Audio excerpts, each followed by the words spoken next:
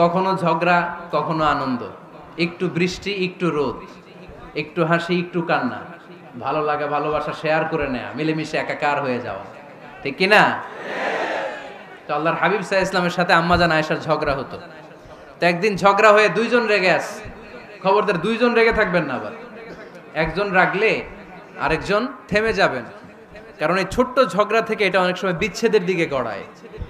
আমার প্রিয় ফরিদপুরবাসী, ভাবি রেগে গেলে আপনি রাইগেন না, ওই দিন আপনি একটু ঠান্ডা থাকেন। আবার আপনি রেগে গেলে, আমার মাইকের আওয়াজ যদি ভাবিরা শুনেন, আপনারা রেগে যায় না, একটু ঠান্ডা থাকবেন।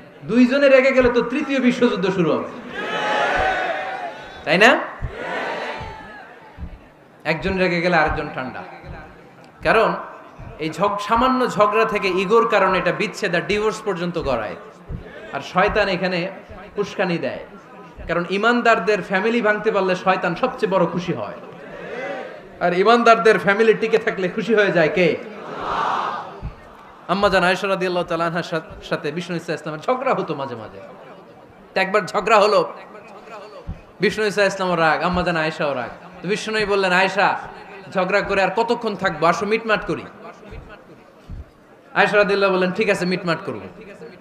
তো বিষ্ণু ইসলাম বললেন, মিটমাটের জন্য কারে ডাকবো? ওমর রে ডাকি। কয় না, ওমর রে না, ওমর গালিজ, ওমর অনেক রাগে, আমার ডর লাগে।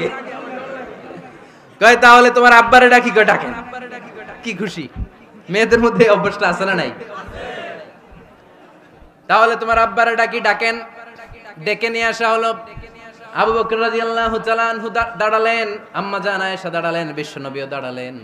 বিশ্বনবী বললেন, আয়েশা তোমার আব্বা আসছে, এবার ঘটনা খুলে বলার পালা, তুমি বলবা নাকি আমি বলবো? আম্মাজান আয়েশা বললেন, আপনি বলেন, তবে ওয়ালা তাকুল ইল্লা হাক্কান, যেটা ঘটছে ওইটাই বললেন, মিথ্যা কথা কইেন না। আবু বকর রাদিয়াল্লাহু তাআলা আনহু রেগে মেগে আগুন, কি এই কথা তুমি কেমন করে বলো? বিশ্বনবীকে মিথ্যা কথা কখনো বলবে? রেগে মেগে দিলেন মেয়ের গালে এক চড়। বানিয়ে বলতেছি না, মুসনাদ আহমদ ইবনে হাম্বলের হাদিস। বাবার হাতের থাপ্পড়কে আম্মাজান আয়েশা উল্টে বললেন। সাইয়েদনা আবু বকর রাগে গড়গড় করছেন, আবার মারার জন্য তেড়ে গেলেন। এবার বাঁচার জন্য আম্মাজান আয়েশা বিশ্বনবীর পিছনে যে আশ্রয় নিলেন, বিশ্বনবী বাঁচানোর জন্য দুই হাত মেলে দাঁড়িয়ে গেলেন। পড়েন সুবহানাল্লাহ। বিশ্বনবী যখন দুই হাত মেলে দাঁড়িয়ে গেলেন, সাইয়েদনা আবু বকর রাদিয়াল্লাহু আনহু থেমে গেলেন। সাইয়েদনা আবু বকর রাদিয়াল্লাহু তাআলা আনহু ঘর থেকে বের হয়ে বারান্দায় দাঁড়ালেন। পড়েন সুবহানাল্লাহ। এবার বিশ্বনবী আম্মাজান আয়েশার কাছে যেয়ে বলেন, ইয়া আয়েশা কাইফা রাআইতিনি আনকাসতুকি মিনার রাজুল, দেখছো কেমনে বাঁচাইলাম? আমি না থাকলে ভর্তা বানাই ফেলতো আজকে। আমি বাঁচাইছি তোমারে, আমি, আমার লগে ঝগড়া করো তুমি। লজ্জায় পড়ে আম্মাজান আয়েশা খিলখিল করে হেসে দিলেন, বিশ্বনবীও হেসে দিলেন। দুইজনের হাসির মধুর আওয়াজ শুনে সাইয়েদনা আবু বকর বাইরে থেকে অবাক, কিরে এতক্ষণ না ঝড় তুফান, এখন দেখি হাসি। সালাম দিয়ে অনুমতি নিয়ে ভিতরে ঢুকলেন। ঢুকে দেখেন আম্মাজান আয়েশাও হাসে, বিশ্বনবীও হাসে। এ হাসি দেখে আবু বকর রাদিয়াল্লাহু আনহু হেসে দিলেন। আরশের উপর থেকে খুশি হয়ে গেলেন কে? এবার সাইয়েদনা আবু বকর রাদিয়াল্লাহু তাআলা আনহু বললেন, ইয়া রাসূলুল্লাহ আশরিকানি ফি সিলমিকুমা কামা আশরাকতুমানি ফি হারবিকুমা।